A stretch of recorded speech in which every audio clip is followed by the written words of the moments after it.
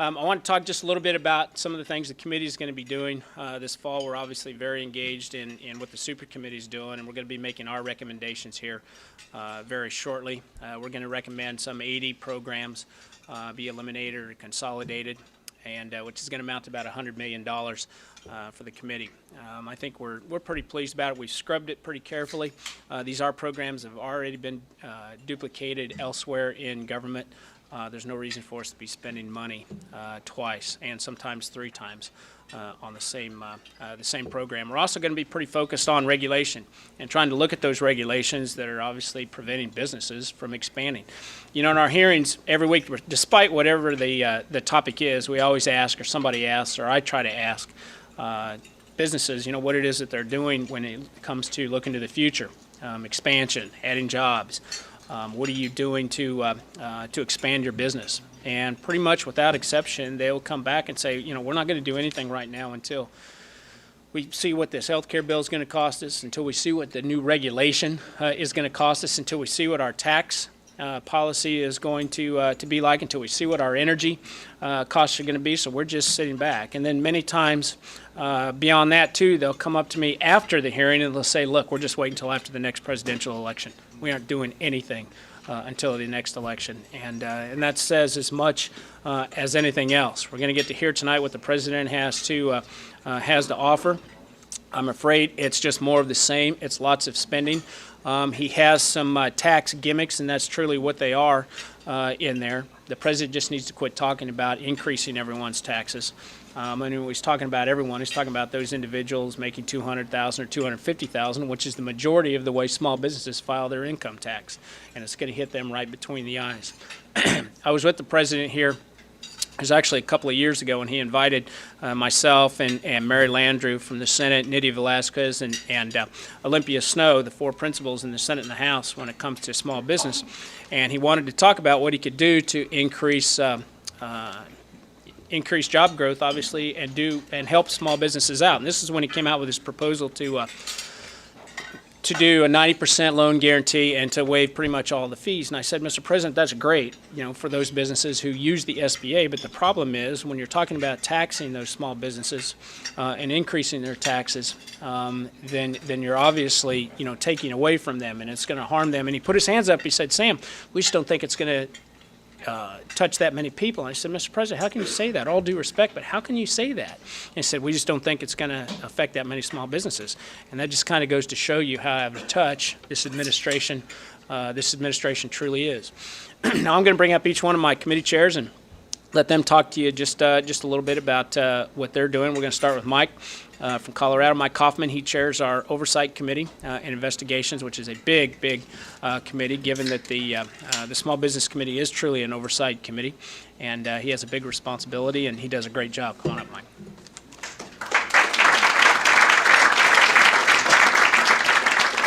Well, thank you so much for having us here today. I've got the Oversight and Investigations Committee, and the issues certainly that we're looking at are the regulatory burdens that have been imposed upon small business and the cost of that in bringing specific issues forward, whether they're something with the EPA or something in transportation, and to show how it affects small business and what the remedy is, and to bring those remedies forward in legislative solutions.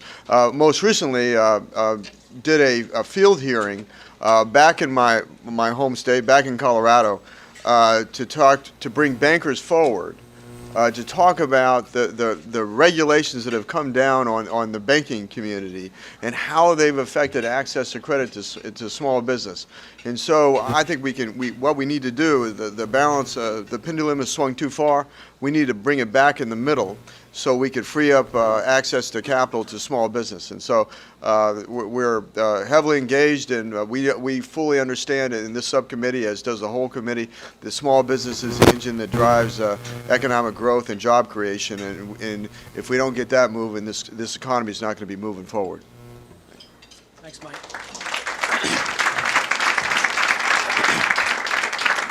Next, I'll bring up Renee Ellmers from North Carolina, and she has our Healthcare and Technology Subcommittee, and Renee's doing a fantastic job, by the way. Thank you. Thank you so much, and thank you, Chairman Graves. We have done a lot of work.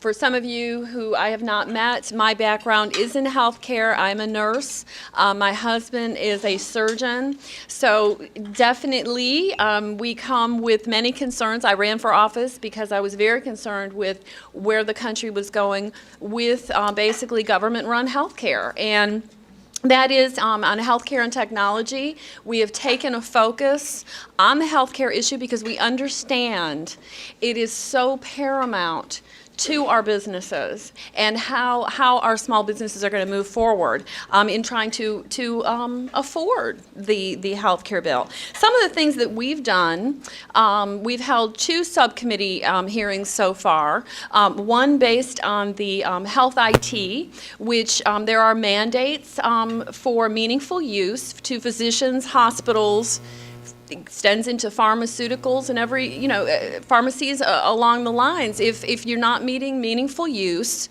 there can be penalties for hospitals, physicians. These are some of the things that we feel are very detrimental to our business end of it for our physicians. As we all know, many of our physicians are small business owners, and they have to deal with that issue as well, and that's a very costly one for them to have the undertaking. Health IT is a very important aspect of healthcare moving forward, but some of the other issues that we're dealing with are the number of errors that are taking place in health IT moving forward. So we've also formulated and sent a letter on behalf of myself and Chairman Graves to Kathleen Sebelius, HHS, addressing those concerns.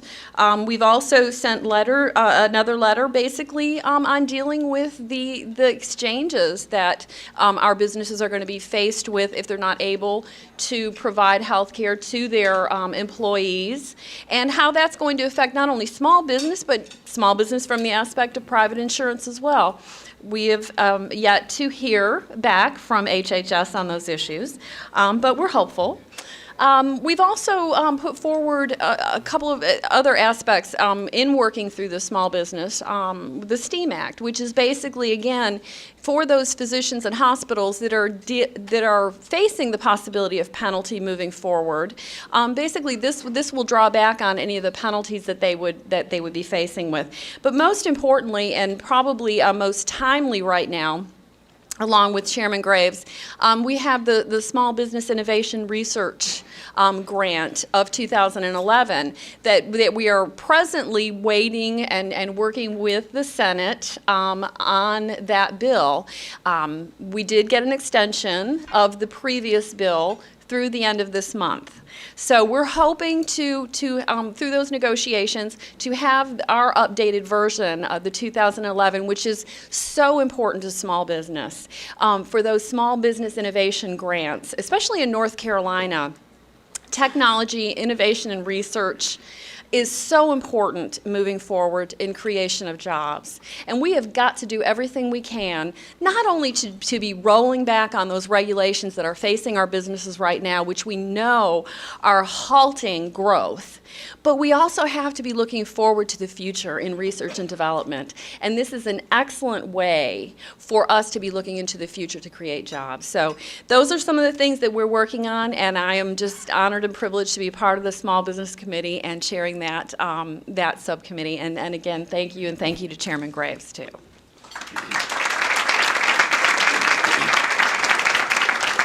Thanks, Renee. Renee's also a nurse and brings a unique perspective to that committee. Next, I'm going to introduce our chairman of the it's actually a new committee, Agriculture, Trade, and Energy Subcommittee. And we kind of brought it back. We used to have that committee, and then it was done away with, and then we kind of brought it back. But Scott Tipton from Colorado chairs that committee, and so Scott, why don't you come on up?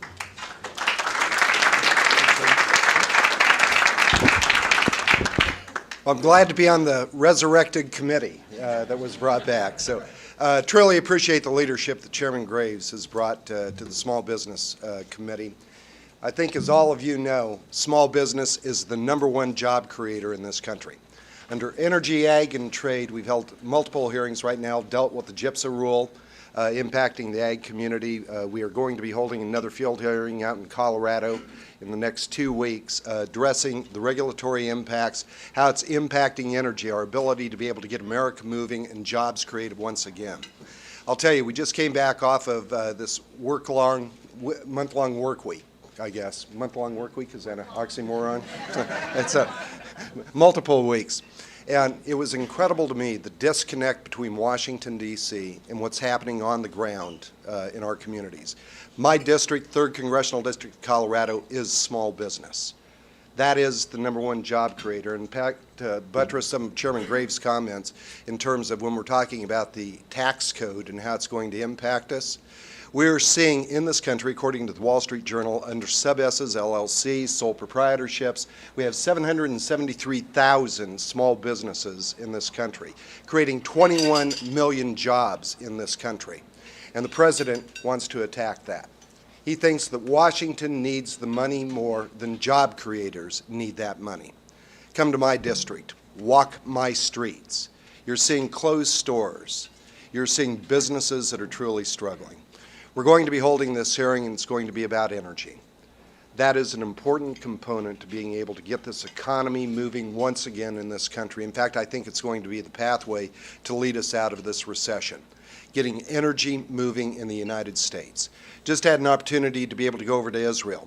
When you look at the challenges that are coming out of Libya, out of Syria, out of Egypt, what's going on potentially over in Jordan right now, we see real challenges to the energy creation and how it's going to impact this country. We can play a role. Out of the 3rd Congressional District, in fact, out of the Rocky Mountain West, if we will release that regulatory burden, we can unleash energy certainty for this country.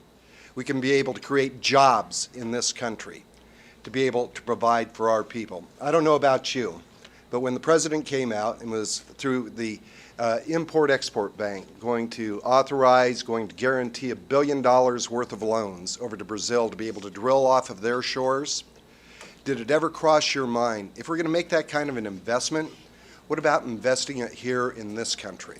Creating jobs on American soil, developing American energy resources, and being able to get our people back to work. That's going to be the focus of our committee. It is about jobs. It is about the regulations. We're spending in this country right now $1,750 billion a year in regulatory compliance. That is a tremendous drain. We have a whole series of new regulatory requirements which are currently on the threshold that are being proposed by the President and by his administration. We are sapping the energy of America.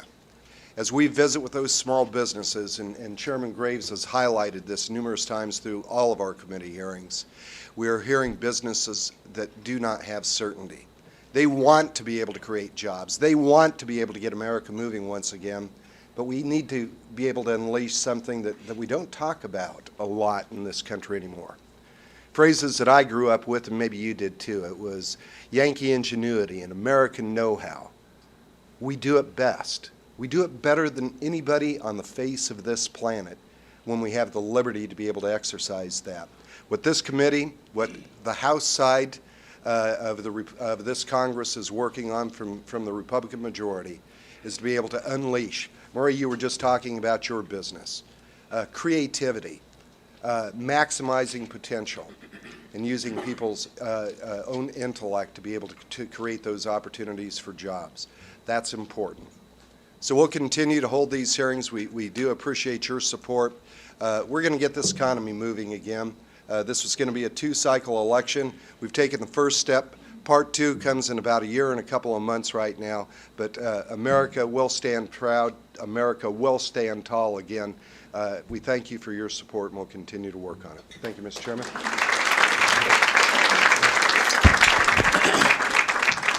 Thanks, Scott. Our next chairman has the Economic Growth Tax and Capital Access Subcommittee.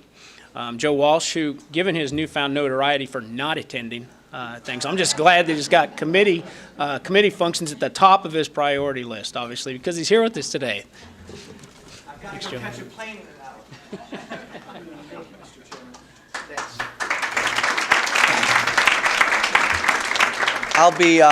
I'll be really brief because we're all going to say the same thing because we all know what we need to do.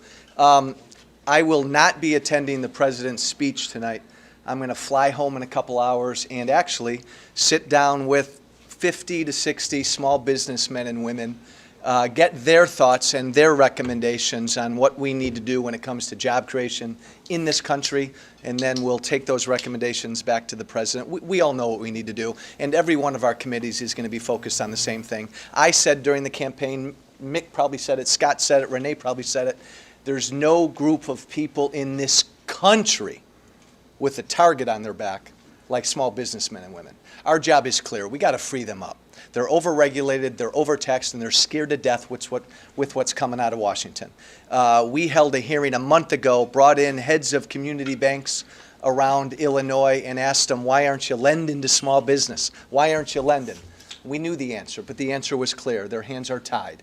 Dodd-Frank had tied their hands. They can't lend because of government regulations. This next election will be the most important election in our lives. It should also be the easiest election. The differences are clear. It's an honor to work with Sam in this committee. This is, as the pamphlet says, small business is the engine of this economy. We got to free her up again, and we will. Thanks.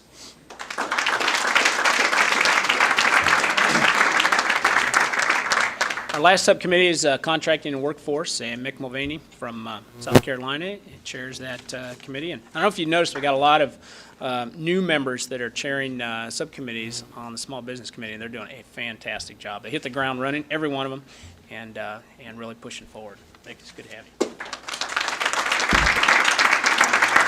And I apologize if I'm half a step late. Thank you for letting me go last. I was at the debates last night and haven't slept in about 2 days. It fell to me, by the way, to defend the Republicans against Chris Matthews on MSNBC. He said to say hello to you, Joe, by the way. He's,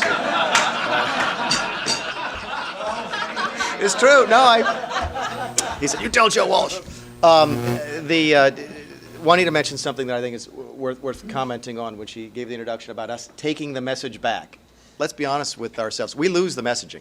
We do. We lose the messaging. We try and make an articulate, principled argument on a particular matter, whatever it is, and then the opposition trots out a needy child or a disabled vet or something and pulls at the heartstrings, and we lose the storytelling part of the battle.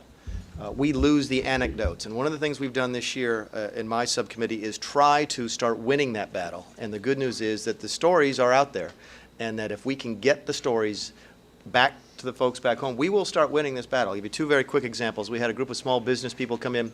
It's a gentleman who ran a cartography business. He made maps under a federal contract. He went into work one day, and there was a gentleman sitting at his desk who announced to this small businessman that he was now out of business, that he was from the government, that he had canceled the contract, and that he was taking over the work. And when the small businessman said, what am I going to go tell my 7 or 8 employees I've got out here? The guy said, don't worry, I've hired all of them and given them 20% raises. Clean out your stuff and get out. That happened. That happened in this country.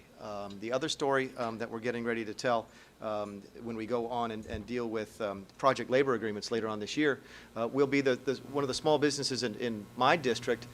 They sell building supplies, 2x4s, bricks. Shaw Air Force Base in my district just had a several $100 million contract to add 3rd Army to the Air Force Base. Their 3rd Army is moving from Atlanta, Georgia up to Sumter, South Carolina. And the local guy called me and said, look, I've lost a lot of bids. I don't mind losing bids if I'm the high bidder, but why didn't I even get a chance to bid on that work? And we looked into it because we thought it was wrong. It turns out that the Obama administration has a policy that if there's a government contract over $25 million, they're supposed to prefer union providers. So the 2x4s are being shipped in by rail from New Jersey, while the local guy's now out of business. Terrible things happening, and it's a high price to pay. But those are the stories that we can use to start winning the arguments. And I have to give credit to my chairman to give us the opportunity to do that, to collect that information, and now to take that information to folks back home so we can start making things better. Thanks very much, and thanks, Sam, for having us.